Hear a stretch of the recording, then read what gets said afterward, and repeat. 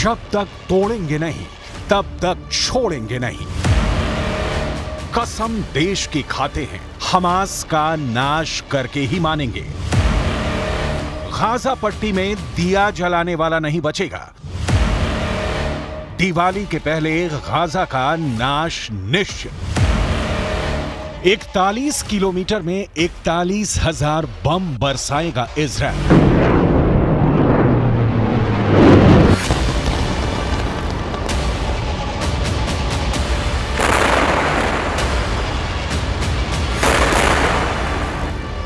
आतंकी हमास की तरह तेजी में नहीं, आतंकियों की तरह कत्लेआम मचाकर नहीं, बहुत इत्मीनान से, बहुत सोच विचार कर, पूरी प्लानिंग के साथ इजराइल गाजा पट्टी में छिपे आतंकियों का सर्वनाश कर रहा है।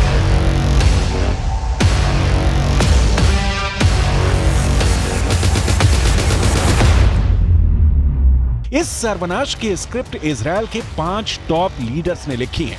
इन 5 चेहरों ने हमास के अंतिम आतंकी के जिंदा रहने तक हमले की डिटेल रिपोर्ट तैयार की है। लिहाजा गाजा को मिट्टी में मिला देने वाले हमले से इतर आज 5 चेहरों की डिटेल आपको दिखाते हैं। इजराइल की हिफाजत की जिम्मेदारी इन्हीं 5 कंधों पर है, जो सीधे प्रधानमंत्री बेंजामिन नेतन्याहू को रिपोर्ट करते हैं, जिनके एक आदेश पर इजराइल से गिरी मिसाइल हमास के अस्तित्व को मिटा रही है।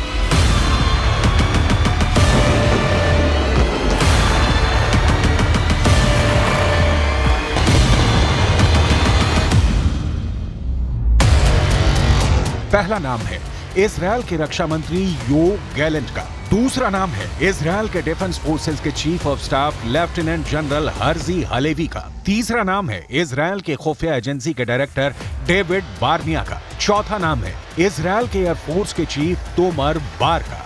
और 5वां नाम है विपक्षी दल के नेता बेनी गैंट्स का, जिन्होंने वर्तमान सरकार के साथ सारे मतभेद भुलाकर युद्ध कैबिनेट का गठन किया है।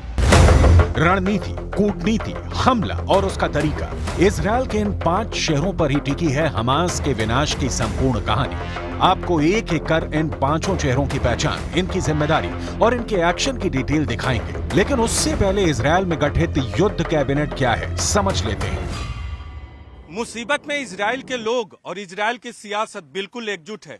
युद्ध कैबिनेट इसकी मिसाल है। दरअसल विपक्षी नेता ने नेतन्याहू सरकार से सारे अपने मतभेद भुला दिए हैं, ताकि हमास के खिलाफ युद्ध में सियासत कोई खलल पैदा न करे।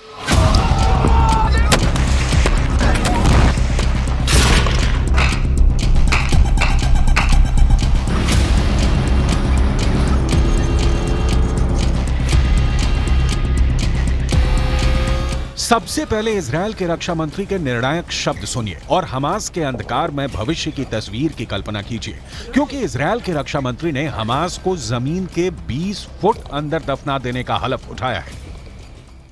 אנחנו נשנה את פני המציאות ברצועת עזה 50 שנה קדימה. מה שהיה הוא לא מה שיהיה. אנחנו נפעל במלוא העוצמה.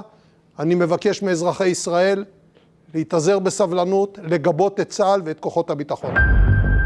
योव गैलेंट पिछले साल यानी 2022 से इजराइल के रक्षा मंत्री हैं। इससे पहले योव गैलेंट आर्मी में इजराइल के दक्षिणी कमांड के हेड थे। आर्मी बैकग्राउंड होने के कारण योव गैलेंट का काम और आसान हो जाता है। हमास के आतंकियों की टेक्निक और उनके हमले की क्षमता से इजराइल के रक्षा मंत्री परिचित हैं। इसलिए इनकी रणनीति जमीन पर कारगर दिख रही है। इजराइल के रक्षा मंत्री के साथ कंधे से कंधा मिलाकर काम करने वाले हैं इजराइल का इस वक्त दूसरा सबसे अहम चेहरा, आर्मी चीफ का Herzi Halevi. Israel defence force यानी IDF के चीफ हैं। हालेवी इसी साल जनवरी में आर्मी चीफ बने हैं। इससे पहले हालेवी भी रक्षा मंत्री की तरह इजराइल के दक्षिणी कमांड के इंटेलिजेंस चीफ थे। על המתקפה המתועבת הזו החליט יחיא סינואר, הריבון ברצועת עזה, ולכן הוא וכל המערכת שתחתיו הם בני מוות. אנחנו נתקוף אותם, אנחנו נפרק אותם, נפרק את המערכת שלהם. योव गैलेंट हर्जी हालेवी के साथ हमास के खात्मे की स्क्रिप्ट जिसने तैयार की है, उसका नाम है डेविड बार्निया। डेविड बार्निया ने 2021 में यानी 2 साल पहले दुनिया की सबसे तेज तर्रार खुफिया एजेंसियों में नंबर 2 मोसाद के डायरेक्टर का पद संभाला था। डेविड बार्निया की तो पढ़ाई लिखाई ही मिलिट्री स्कूल में हुई है और इसके बाद डेविड बार्निया ने मिलिट्री में नौकरी भी की है। यो गैलेंट, हर्जी हालेवी और डेविड बार्निया, इन तीनों के अलावा और 2 चेहरे हैं जिन्होंने युद्ध में इजरायल की बागडोर संभाल रखी है। लेकिन इन 2 चेहरों की जिम्मेदारी और एक्शन की डिटेल आगे दिखाएंगे। उसके पहले इजरायल ने हमास के द एंड की जो प्लानिंग की है उसे समझना बहुत जरूरी है। असल में अब तक गाजा पट्टी पर हमले के लिए इजरायल अपनी मिसाइलों का इस्तेमाल कर रहा है। इजरायल की एयरफोर्स अपनी तकनीक और हमले के लिए स्ट्रेटजी के लिए जाना जाता है। लेकिन अब इजरायल का फैसला दिख रहा है कि वो अब गाजा पर सिर्फ आसमानी हमले नहीं बल्कि हमास के खिलाफ जमीनी हमले की तैयारी शुरू कर दी है। इजरायली सेना के मुताबिक गाजा में हमले के लिए उसने अपने हजारों सैनिकों को तैयार कर दिया है। ग्राफिक्स के जरिए समझिए कि इजरायल ने किस तरह के अटैक का प्लान तैयार किया है। इजरायल में ये वो इलाका है जिसे इजरायल ने मिलिट्री जोन घोषित कर दिया है और इस इलाके को खाली करा लिया गया है। यानी इस जोन में अब किसी इजरायली नागरिक को रुकने की इजाजत नहीं है। उन्हें बसों में भरकर सुरक्षित जगहों पर पहुंचाया गया है और अब यहाँ सिर्फ और सिर्फ सेना के जवान मौजूद हैं और उनके साथ उनके मिलिट्री इक्विपमेंट्स हैं, हैवी मिलिट्री इक्विपमेंट्स। इजरायल की सेना ने अपने 10,000 से ज्यादा सैनिक बॉर्डर पर तैनात कर दिए हैं जो गाजा में जमीनी हमले करने के लिए सरकार के फैसले का इंतजार कर रहे हैं और सरकार का फैसला आते ही हमास के लड़ाकों पर टूट पड़ेंगे। इजरायल के बॉर्डर पर जो जवान तैनात हैं, उनकी संख्या की पूरी डिटेल इजरायल ने जारी नहीं की है। लेकिन हमास ने जिस तरह से जल, थल और नभ से एक साथ हमला किया है, उसे देखते हुए इजरायल भी हर दिशा से हमला करने की तैयारी में है। गाजा की वो पहले ही नाकेबंदी कर चुका है। अब समझने की कोशिश करते हैं कि इस वक्त इजरायल की सेना किस तरीके से काम कर रही है। तो सबसे पहले ये जानना जरूरी है कि इजरायल में फ्रंट लाइन पर जो खड़े होते हैं वो इजरायली आर्मी यानी आईडीएफ के जवान। इनके पीछे होती है रिजर्व फोर्स जो बॉर्डर के जवानों को कवर फायर देती है। इन दोनों के पीछे होते हैं अगर जरूरत पड़े तब पैरामिलिट्री के जवान और उसके बाद आती है इजरायल की तेज तर्रार पुलिस और इन सबको जानकारी पहुंचाने का काम करती है मोसाद। अब की बार जिसके फेल होने पर युद्ध शुरू हो गया है। आपको आगे दिखाएंगे कि इजरायल की कुल मिलिट्री ताकत कितनी है। लेकिन उसके पहले वो 2 नाम जिन्होंने इजरायल की सुरक्षा की शपथ ली है। चौथे नंबर पर है इजरायल एयरफोर्स के चीफ मेजर जनरल तोमर बार। एयरफोर्स के चीफ बनने से पहले तोमर बार इंटेलिजेंस डायरेक्टोरेट में काम करते थे। इजरायल एयरफोर्स के चीफ मेजर जनरल तोमर बार ने ही सबसे पहले हमास के खिलाफ मिसाइलें मारने का ऑर्डर पास किया। तोमर बार को इस बात का दुख है कि उनकी सेना को रिस्पॉन्स करने में देर लगी। लेकिन अब तोमर बार के एक्शन बता रहे हैं कि वो कितने क्रोध में हैं।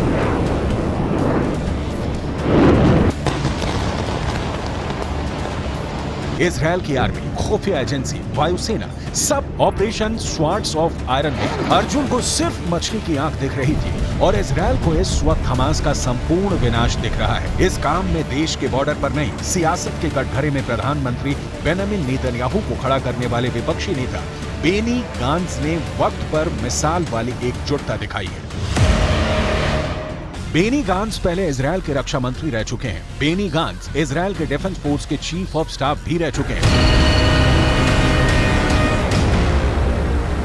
मतलब इजरायल में इस वक्त आर्मी सुपर एक्टिव है, सिर्फ बॉर्डर पर खड़े जवान की तरह नहीं, उनके वर्तमान कमांडर की भूमिका में भी और पूर्व कमांडर की भूमिका में भी, जो इस वक्त वॉर रूम में बैठे हैं।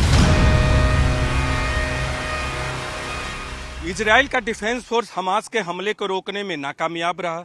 इसके अलावा मोसाद भी हमास से जुड़ी जानकारी जुटाने में विफल रहा।